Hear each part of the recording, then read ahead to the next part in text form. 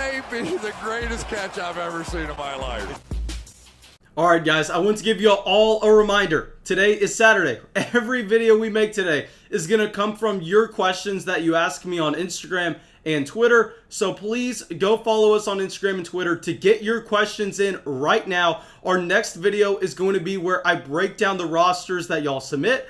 I tell you what I think you can do to improve going into the fantasy football playoffs. And I also give you an overall grade. Even if you don't want your roster broken down, go follow us there anyway. That way I can try to convince my girlfriend that I'm famous from fantasy football. Help me out there. Help me win an argument. Regardless, let's get into it. And let's talk about these 5 start-sit questions that I was asked on Instagram and Twitter. Oh, and also, I will be live streaming tonight to answer all last-minute questions as well as tomorrow morning in case yours was not selected. I am very, very sorry, but I'll be trying to get to as many as I can tonight and tomorrow morning. All right, so let's start it off with our first question. The Carolina Panthers wide receivers, Robbie Anderson or DJ Moore. Now here guys, y'all know last week I was telling you that Robbie Anderson was the clear wide receiver 1 in Carolina, where he was consistently seeing at least 8 targets. I'm sorry, not at least 8 targets every game, but he was averaging 8 targets a game so far in 2020. Really a wide receiver that was that consistent force with the volume that he was getting in Carolina, where DJ Moore and Curtis Samuel, they were alternating between weeks of being the higher scoring wide receiver, where yes, DJ Moore and Curtis Samuel were providing you that overall spike week to possibly get to that wide receiver 10 type range.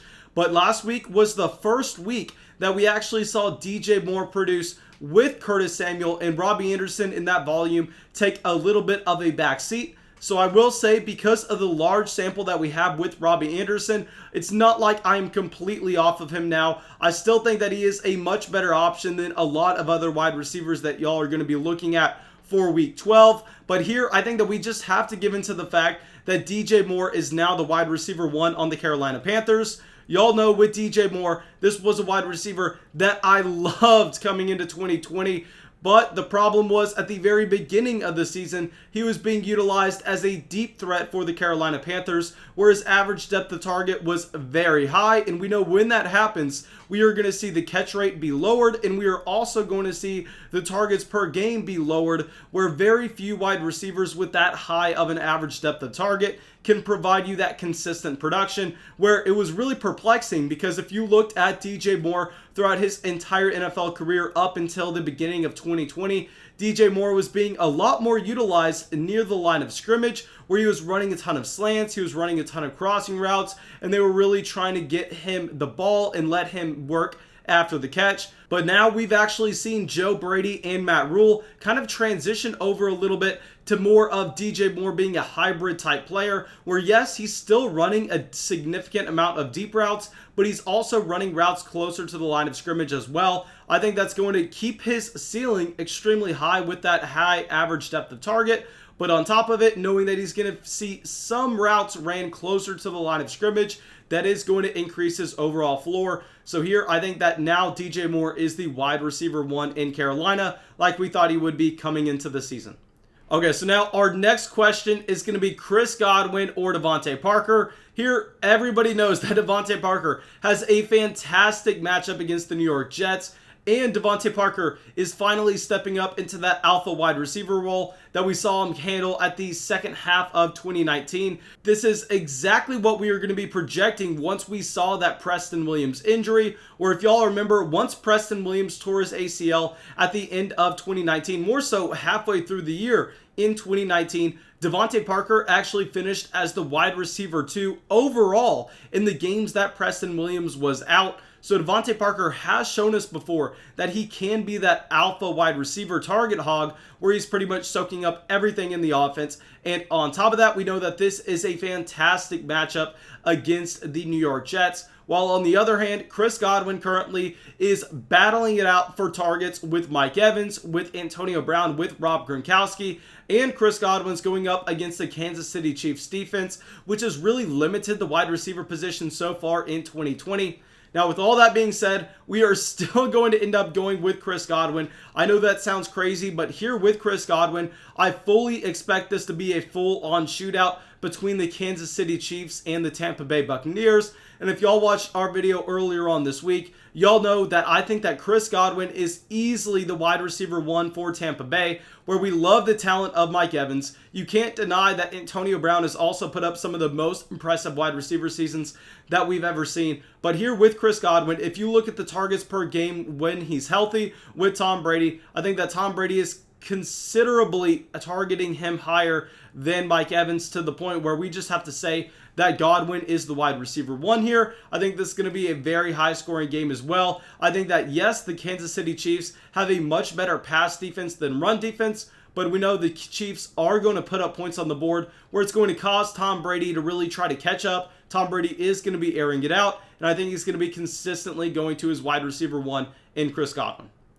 All right, so now our next question is going to include DJ Moore again, but it's going to be DJ Moore or Allen Robinson. Here, I'm not going to talk about DJ Moore. We're just going to focus in on Allen Robinson. And with Allen Robinson, he is going up against Jair Alexander this week. And this is a matchup that we want nothing to do with. Yes, Allen Robinson is one of the most talented wide receivers in the entire NFL. And I know we've been getting a lot of questions during the live streams as of late, asking us if Allen Robinson is a wide receiver that we need to be bumping down with the switch over to Mitchell Trubisky. And honestly, I don't think that Trubisky is going to be a significant downgrade over Nick Foles. If you look at what Nick Foles was providing the Chicago Bears offense over the past month, it was nothing. Nick Foles looked like he was one of the worst quarterbacks in the entire NFL, to the point where if Trubisky was not suffering from that shoulder injury, I think that we could have seen Trubisky push Nick Foles to win that starting job back. We remember that Trubisky got benched halfway through week 3, where the Chicago Bears had won their previous 2 matchups. I believe he got benched against the Atlanta Falcons, but honestly, Trubisky was not even that bad. If you looked at what he was doing per pass attempt, it was very similar to what we saw from Nick Foles in 2020, to the point where I think that we are just going to be expecting the transition over to Mitchell Trubisky to be a lateral move for this overall offense. I don't think it's going to be worse. With all that being said, though, we are going to have to go with DJ Moore here because Allen Robinson has that very tough matchup against Jair Alexander this week. But going forward, I'm not too worried about the transition to Trubisky for Allen Robinson. All right. So now our next question, one of the easiest questions that we're going to answer on this video, Miles Sanders or Kenyon Drake. Here, we are easily going to go with Miles Sanders. I know a lot of people want to come out here and say, based on the Kyler Murray shoulder injury, we may see the Arizona Cardinals lean a little bit more on the run. Personally, I don't think that's going to be the case. I think that we're going to see the Arizona Cardinals go out there with that same game plan. If anything, maybe we just see the average depth of target be a little bit lower for wide receivers like Christian Kirk and DeAndre Hopkins, where really they're trying to run the horizontal raid like we saw at the very beginning of the season, where they're just throwing the ball near the line of scrimmage. But with Kyler Murray, I find it very hard to believe that they're just going to completely transition over to a run-first offense. They are going to be using Kyler Murray just like they did before. Kyler Murray is going to be vulturing touchdowns from Kenyon Drake at the goal line. On top of that, we know that Chase Edmonds is the receiving running back in this backfield. So Kenyon Drake is a one-dimensional running back currently as a first and second down grinder. And when Kyler Murray is stealing some rushing touchdowns, that's going to be something that we want nothing to do with.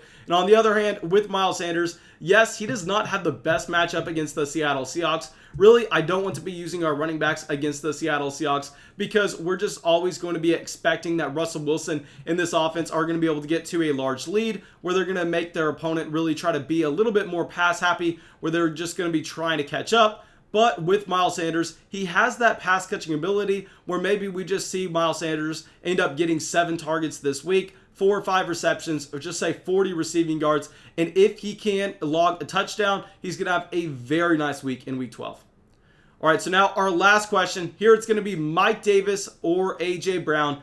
Here, I'm not going to waste too much time whatsoever. We are going with A.J. Brown. Guys, I know A.J. Brown had a very bad performance against the Indianapolis Colts a few weeks ago. It was on Thursday night, which is honestly why I think the majority of people are worried about A.J. Brown, just because everybody got a chance to watch that game. Really, that's how we get some very bad biases with those Thursday and Monday night games. But with A.J. Brown, this is a wide receiver that lives off of efficiency. Really not a wide receiver that's going to consistently be getting the volume. We just need to see 1 to 2 big plays every single game. And he's proving that he has that talent. I mean, he was the most efficient wide receiver in the NFL in 2019. On top of that, going into 2020, he's consistently provided us that wide receiver 1 production off of very few targets. So yes, the matchup's not ideal against the Indianapolis Colts. They have a great defense, but I think at the end of the day, the Tennessee Titans are going to be able to put up points on the board, and I think that could be done through A.J. Brown, as he has truly shown that he is an elite talent at the wide receiver position. All right, now thank you guys. I really hope y'all enjoyed this video. I really hope y'all got something from it. As always, if y'all did, go down there, drop a like, leave a comment, subscribe to the channel. Really hope y'all enjoyed it. And yeah, I will see y'all in the live stream tonight and tomorrow morning to answer all of your questions.